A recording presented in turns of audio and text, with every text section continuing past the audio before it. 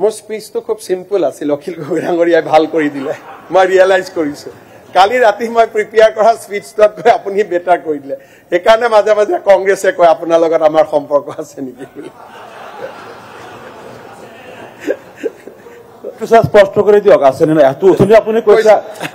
আকৌ বিধায়ক বনাই দিব আপুনি ক'লে আমি নাই আপোনালোকে চাওক যে মোৰ স্পিচটো ইমপ্ৰুভ হোৱাত কোনে সহায় কৰি আছে এটা আপোনালোকে ডিসাইড কৰক মই কিয় ক'ব লাগে মাননীয় অধ্যক্ষ মহোদয় প্ৰতিদিনে চাব বিধানসভাত মোৰ জিকেটা অলপ চলপ ভাল স্পিচ হয় তাৰে 20% কন্ট্ৰিবিউশন অখিল গগৈৰ নামত থাকে গতিকে এটা লিংক আছে নে নাই আপোনালোকে ডিসাইড কৰিব মইনো কিয় ক'ব লাগে মাননীয় ধাৰণা হয় মাজে মাজে আপোনালোক দুইটাই কথা পাতি লয় নেকি যে বিৰোধীটো অখিল গগৈ ৰুলিংটো আমি হ'ব পাৰে মই চবৰ লগত কথা পাতো মইতো চবৰ লগত কথা পাতো আপোনাৰ লগতো পাতো গতিকে আপুনিতো জানে মইতো চবৰ লগত কথা পাতো এইটোতো আৰু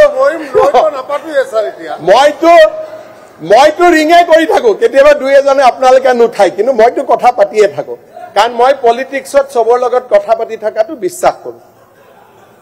আৰু আপুনি জানে আজি আমসু মোৰ আমাৰ আইডিঅলজিক্যালি বহুত দূৰ কিন্তু আমসুৰ লগতো মই কথা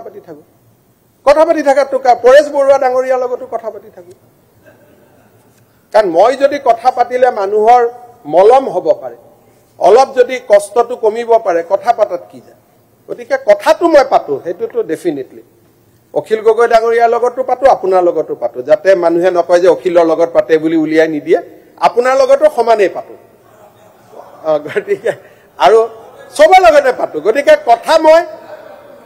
মই সবতে পাতো আপোনাৰ আমিনুল সাহেবৰ লগতো পাতো সবৰ লগতে পাতো কোনো কথা মই সবৰ লগতে পাতো কাৰণ সংবাদে মানুহক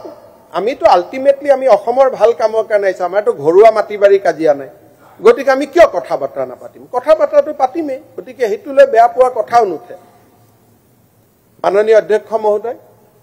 মই এটাই অনুৰোধ কৰিম যে বাজেটখনক কোনোবাই ক'ব পাৰে ইলেকশ্যন বাজেট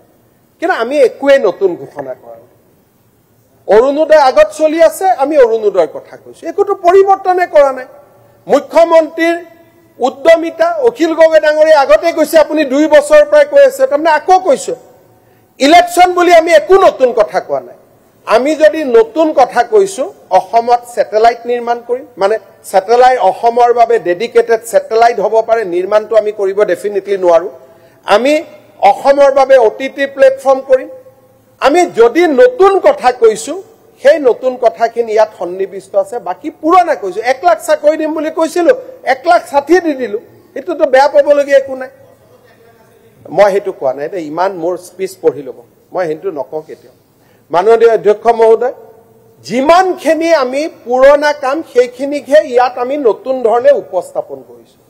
অৰুণোদয় দি আছো লগত উদাসীন ভকতটো খালি যোগ কৰি দিছো নিযুত মইনা দি আছো সেলফ ফাইনান্সিং তো লগত যোগ কৰি দিছো অৰুণোদয় 28 লাখ মানুহক দি আছো এবাৰ আমি 40 লাখ মানুহক দিম বুলি বাজেটত লিখি দিছো 37.2